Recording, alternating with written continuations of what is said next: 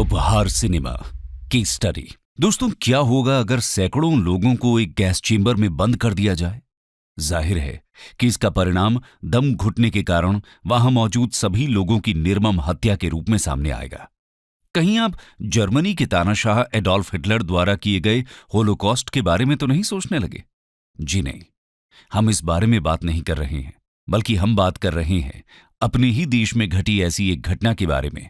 दरअसल ऐसा ही कुछ दृश्य देखने को मिला था 13 जून 1997 के उपहार सिनेमा अग्निकांड में, जिसमें 59 लोगों की मौत सिर्फ दम घुटने के कारण हो गई थी। आप सोच रहे होंगे कि आज हम इसकी चर्चा क्यों कर रहे हैं। दरअसल उपहार अग्निकांड पर आधारित एक web series trial by fire Netflix पर रिलीज हुई है और इसी के साथ एक बार फिर से उपहार सिनेमा अग्निकांड चर्चा में आ गया है। इस वेब सीरीज पर रोक लगाने के लिए सुशील अंसल ने कोर्ट में याचिका दाखिल की थी, जिसे दिल्ली हाई कोर्ट ने खारिज कर दिया। भले ही आज कोर्ट ने इस वेब सीरीज पर रोक न लगाई हो, लेकिन आज भी इस अग्निकांड के पीड़ितों को इंसाफ नहीं मिला है। आज भी वो सवाल ज्यों का त्यों ही बना हुआ है कि दोष तो साबित हो गया, लेकिन मुजरिमों को जो सजा मिली, क्या वो जुर्म के मुताबिक थी? ऐसे में सवाल ये भी उठता है कि आखिर इतना बड़ा अग्निकांड हुआ कैसे, इसके पीछे क्या कारण थे और आखिरकार क्यों केस के निपटारे में 20 साल लग गए। लेकिन सबसे पहले नजर डालते हैं उपहार अग्निकांड की पूरी कहानी पर। उपहार cinema fire tragedy, the incident. दोस्तों, वो दौर मल्टीप्लेक्स का नहीं था। सिंगल पर्दे पर फिल्म लगती थी। टिकट मिल जाए तो किस्मत बहुत अच्छी है, और नहीं मिला तो ब्लैक में टिकट का जुगाड़ तो होता ही था। आज की तरह बॉलीवुड के सितारे गर्दिश में नहीं थे।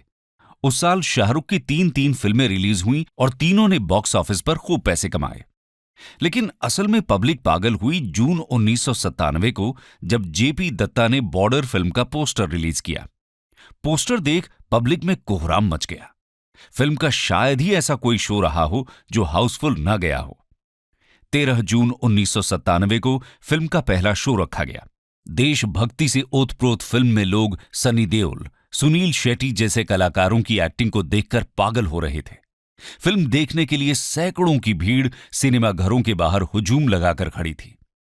दिल्ली के ग्रीन पार्क स्थित उपहार थिएटर में भी फिल्म देखने बड़ी संख्या में लोग पहुंचे हुए थे। फिल्म शुरू हुई और इंटरवल से पहले ही फिल्म के एक कैरेक्टर मेजर कुलदीप चांदपुरी ने गुस्से में मथुरा दास नामक पात्र को छुट्टी पर भेज दिया। मथुरा दास से कुछ ऑडियंस को सहानुभूति हुई तो कुछ को गुस्सा आया। फिल्म के दूसरे हाफ में मथुरा दास वापस आ गया। वापसी पर अन्य थिएटरों में बैठे ऑडियंस ने तो खूब तालियां बजाईं, लेकिन उपहार थिएटर में सन्नाटा पसरा था। दरअसल थिएटर के बेसमेंट में आग लगने के कारण थिएटर का हाल ऐसा हो गया कि मैदान का धुआं पर्दे को चीरते हुए थिएटर में भर गया हो। आग लगने के बाद किसी को कुछ समझने का मौका ही नहीं मिला। हालात बिगड़ते ही भगदड़ मच गई। लोग तेजी से इधर उधर भागने लगे। कुछ तेजी के साथ ग्राउंड फ्लोर से बाहर निकलने लगे और कुछ लोग ऊपर के एग्जिट गेट की तरफ भागने लगे। लोग इस कदर डरे हुए थे कि ऊपर मंजिलों की खिड़कियों से ही कूदना शुरू कर दिया। कई अंदर ही फंस गए। धीरे धीरे आग का दायरा बढ़ने लगा और लोग धुएं की चपेट में आने लगे। भगदड़ और अंधेरा होने के कारण लोग और ज्यादा घायल हुए। जो लोग खुशकिस्मत थे भाग निकले, लेकिन कुछ लोग वहीं फंसे रह गए और दम घुटने की वजह से तड़प तड़प कर उन्होंने वहीं दम तोड़ दिया। फिल्म का फर्स्ट डे फर्स्ट शो कुछ लोगों की जिंदगी का लास्ट शो साबित हुआ। 13 जून 1997 की वो खुशनुमा शाम इस तरह से एक नासूर बन जाएगी, किसी ने सोचा भी नहीं था। इस अग्निकांड में 59 लोगों की मौत हो गई और 100 लोग घायल हो गए। मरने वाले 59 लोगों में से 23 बच्चे थे। सबसे छोटा बच्चा महज 1 महीने का था। सिंगल स्क्रीन थिएटर में इस तरह की घटना का होना सभी के लिए चौंकाने वाला था। इस कांड ने दिल्ली ही नहीं पूरे देश को हिलाकर रख दिया था। लेकिन आखिर ये धुआं आया कहां से? हमें इसके पीछे की क्रोनोलॉजी समझनी होगी। तो चलिए बताते हैं आखिर ये हुआ कैसे। इवेंट्स दैट ट्रिगर्ड द उपहार ट्रेजेडी। दरअसल उपहार थिएटर के बेसमेंट में बिजली के 2 ट्रांसफार्मर लगे हुए थे। 13 जून 1997 की सुबह ही उसमें शॉर्ट सर्किट हो गया था और ट्रांसफार्मर में आग लग गई थी। तुरंत दिल्ली इलेक्ट्रिसिटी डिपार्टमेंट डीएवी को कॉल किया गया। अब आप तो जानते ही हैं सरकारी काम किस तरह से होता है। डीएवी की देखरेख में ट्रांसफार्मर की मेंटेनेंस शुरू हुई। तारों को ठीक से जोड़ने के लिए क्रिम्पिंग मशीन की जरूरत होती है, लेकिन उसे लाने की जहमत भला कौन करे। जुगाड़ से जब देश चल सकता है तो ट्रांसफार्मर क्या चीज है। सिर्फ उस समय मौजूद कुछ उपकरणों से ट्रांसफार्मर का मेंटेनेंस कर दिया गया। कुछ ही समय बाद सब ठीक है कहते हुए डीएवी के अधिकारी वहां से रफू चक्कर हो गए और शाम होने तक जुगाड़ ने अपना रंग दिखाना शुरू कर दिया। एक केबल ढीली होकर रेडिएटर से जा लगी। रेडिएटर में छेद हुआ और उससे तेल रिसने लगा। तेल के रिश्ते ही केमिस्ट्री ने भी अपना रंग दिखाना शुरू कर दिया। ट्रांसफार्मर का टेम्परेचर बढ़ने लगा, टेम्परेचर का पारा बढ़ने लगा और फिर भभक कर आग लग गई।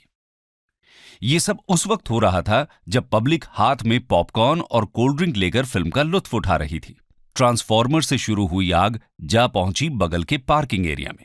डीजल से पेट्रोल मिला और फिर आग ने दहकती लपटों का रूप ले लिया। पार्किंग में खड़ी 28 कारें धू धू कर जलने लगी। नियम के अनुसार ट्रांसफार्मर के पीछे की दीवार छोटी होनी चाहिए थी, लेकिन दीवार को ऊंचा बनाया गया था। फिर आई फिजिक्स की बारी। हवा के साथ और ऊंची दीवार के सहारे धुआं ऊपर की ओर जाने लगा। यहीं पर थिएटर की ओर जाने वाली सीढ़ियां थीं। सकरे रास्ते से होते हुए धुआं थिएटर हॉल तक पहुंचा और दरवाजे और एसी वेंट्स के थ्रू धुआं थिएटर हॉल के अंदर भरने लगा। पहले पहुंचा फर्स्ट फ्लोर पर, जहां पर 700 लोग बैठे हुए थे, जहां से सभी सेफली भाग निकले। उसके बाद धुआं चढ़ने लगा बालकनी की तरफ, जहां 302 लोग फिल्म देख रहे थे। बालकनी में 250 सीटों की जगह थी, लेकिन पैसा कमाने के लिए 302 सीटों को लगाया गया। रेगुलेशन के हिसाब से एग्जिट गेट तो था, लेकिन ज्यादा सीटों की वजह से गेट को बंद कर दिया गया था। इसी के साथ ही ऊपर बालकनी में एग्जॉस्ट फैन होना चाहिए था, लेकिन उसे भी कार्डबोर्ड से बंद कर दिया गया था। सिनेमा हॉल में आग लगने के बाद लाइट सप्लाई भी बंद हो गई थी। घुप अंधेरे के कारण लोग बाहर का रास्ता भी नहीं ढूंढ पा रहे थे। आमतौर पर सिनेमा हॉल में फर्श पर लाइट लगी होती हैं ताकि रास्ता नजर आ सके, लेकिन उपहार सिनेमा में न तो इमरजेंसी लाइट थी और न ही फर्श लाइट।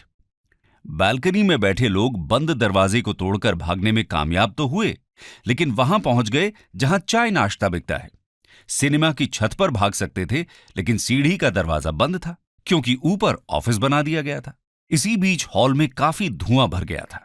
बालकनी में दाईं तरफ फंस गए लोगों ने लॉबी की तरफ जाने की सोची, लेकिन ऐसा करना भी संभव नहीं था, क्योंकि वहां पर वीवीआईपी के लिए 8 सीटों वाला एक बॉक्स बना दिया गया था। इसके साथ ही मुख्य एग्जिट गेट को फिल्म शुरू होते ही लॉक कर दिया गया था। धुएं के आगोश में आते ही कई लोग बेहोश होने लगे। जो लोग बालकनी में रह गए थे, कार्बन मोनोऑक्साइड के कारण उनका दम घुट गया। इसके अलावा जिन्हें थिएटर में सुरक्षा की ड्यूटी मिली थी, वो जान बचाने के लिए पहले ही भाग गए थे। फायर ब्रिगेड की गाड़ियां वक्त पर नहीं पहुंच पाईं, क्योंकि उस समय बहुत ज्यादा ट्रैफिक था और जिस जगह ये सिनेमा हॉल मौजूद था वो बहुत बिजी लोकेशन थी। वैसे इस घटना में कोई आग में जलने से नहीं मरा, सबकी मौत दम घुटने के कारण हुई थी। जांच के दौरान और भी कमियां देखने को मिली, जैसे ना तो वहां एग्जिट लाइट मौजूद थी। बता दें कि एग्जिट लाइट नियॉन कलर की लाइट होती हैं जो बैटरी से चलती हैं। न ही वहां पर आग पर अनाउंसमेंट हुई थी, क्योंकि अनाउंसमेंट सिस्टम खराब था। न ही वहां कोई फायर अलार्म था, न वहां पर फोम एक्सटिंग्विशर थे। थिएटर के अंदर खाली जगह पर दुकानें लगा दी गई थीं। बाहर निकलने की जगहें ब्लॉक थीं और डीएवी ट्रांसफार्मर की मेंटेनेंस भी वक्त पर और ठीक तरीके से नहीं हुई थी। कुल मिलाकर के सुरक्षा के पुख्ता इंतजाम न होने के कारण लोगों की जान गई। अंदर बैठे लोगों को धुएं के अलावा आग की कोई खबर नहीं थी। इसके अलावा प्रोजेक्टर ऑपरेटर को भी आग लगने की जानकारी नहीं थी, लेकिन उपहार सिनेमा के मैनेजर और अधिकारियों को इन सभी बातों की जानकारी थी कि आग लगी है, पर सभी ने इसे अनदेखा कर दिया। लोग घुट घुट कर मरते रहे और पर्दे पर फिल्म चलती रही। उधर पर्दे पर सैनिक पाकिस्तान से जंग कर रहे थे, इधर लोग जिंदगी और मौत के बीच की जंग लड़ रहे थे। इसके बाद शुरू हुआ तहकीकात और कोर्ट केस का दौर। Why did the case drag on for so long? घटना की जांच के लिए एक कमेटी बनाई गई, जिसने 3 जुलाई 1997 को अपनी पहली रिव्यू रिपोर्ट पेश की। रिपोर्ट में cinema hall authority, Delhi electricity board, fire service, licensing branch of Delhi police और म्यूनिसिपल कॉरपोरेशन को घटना का जिम्मेदार ठहराया गया। कोर्ट ने उपहार सिनेमा के मालिक सुशील अंसल, उनके भाई गोपाल अंसल, दिल्ली बोर्ड के एक इंस्पेक्टर और फायर ब्रिगेड के 2 अधिकारियों के खिलाफ गैर जमानती वारंट जारी किया। कई दिनों तक गिरफ्तारी से बचने के बाद आखिरकार 27 जुलाई 1997 को पहली गिरफ्तारी हुई। इसके 2 दिन बाद मामले की जांच दिल्ली पुलिस की जगह सीबीआई को सौंप दी गई। सीबीआई ने मामले में जांच करते हुए 15 नवंबर 1997 को सुशील अंसल, गोपाल अंसल सहित 16 लोगों के खिलाफ अदालत में चार्जशीट दायर की। सीबीआई की जांच में कई फैक्ट सामने आए थे। सबूतों के साथ छेड़छाड़ की बात कही गई। अदालत में काफी लंबा ट्रायल चला, लेकिन कुछ भी साबित नहीं हो पाया। 10 साल बाद यानी 20 नवंबर 2007 को मैजिस्ट्रियल कोर्ट ने अपना फैसला सुनाया। तब तक चार्जशीट में आरोपित कई लोगों की तो मौत हो चुकी थी और अंसल बंधु जेल में थे। इनमें से कईयों को 7 महीने से लेकर 7 साल तक की सजा सुनाई गई। अंसल ब्रदर्स को मात्र 2 साल की सजा और दोनों पर 2.5 करोड़ रुपए का जुर्माना भी लगाया गया। इसके साथ ही उपहार सिनेमा के 3 मैनेजर और 3 डीएवी अधिकारियों को 7 साल की सजा हुई। इसके बाद मामला पहुंचा हाई कोर्ट, जहां अंसल बंधुओं की सजा को घटाकर 1 साल कर दिया गया। अग्निकांड की पीड़िता नीलम कृष्णमूर्ति ने इसे सुप्रीम कोर्ट में चुनौती दी। फिर 2015 में सुप्रीम कोर्ट का फैसला आया, जो और भी चौंका देने वाला था। कोर्ट ने अंसल ब्रदर्स की जेल की सजा पूरी तरह माफ कर दी और उनके ऊपर 30-30 करोड़ का जुर्माना लगाया गया। पीड़ित परिवार ने दोबारा सुप्रीम कोर्ट में याचिका दायर की। इस केस पर कोर्ट का अंतिम आदेश 2017 में आया, जहां 3 जजों की बेंच ने गोपाल अंसल को 1 साल की सजा सुनाई। सुशील अंसल की उम्र 77 साल थी। उम्र को देखते हुए उन्हें रिहा कर दिया गया। ये कोर्ट केस 1 दशक से भी ज्यादा चला और शुरुआती 7 सालों में इससे जुड़ी 344 हियरिंग हुई। आपको शायद इसके बारे में पता न हो, लेकिन जब उपहार सिनेमा बनने वाला था, तब डिप्टी कमिश्नर जिन्हें उसकी लाइसेंसिंग करनी थी, उन्होंने 10 से ज्यादा नियमों के बारे में बताया था जिन्हें तोड़ा गया था। पर आग लगने की घटना यानी 14 साल बाद तक भी उन्हें ठीक नहीं किया गया था। दोस्तों, ये तो था क्रिमिनल केस, लेकिन इससे रिलेटेड एक सिविल केस भी दायर हुआ था। अक्सर हम सुनते हैं कि सरकार किसी घटना के घटने पर मुआवजे की घोषणा करती है, लेकिन यह सिविल केस थोड़ा अनूठा था। इसमें दोषियों से मुआवजे की रकम वसूल की जानी थी।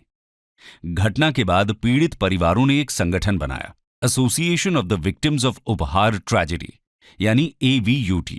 इसने उपहार सिनेमा मालिकों पर सिविल कॉम्पेंसेशन यानी नागरिक मुआवजे का केस दर्ज किया।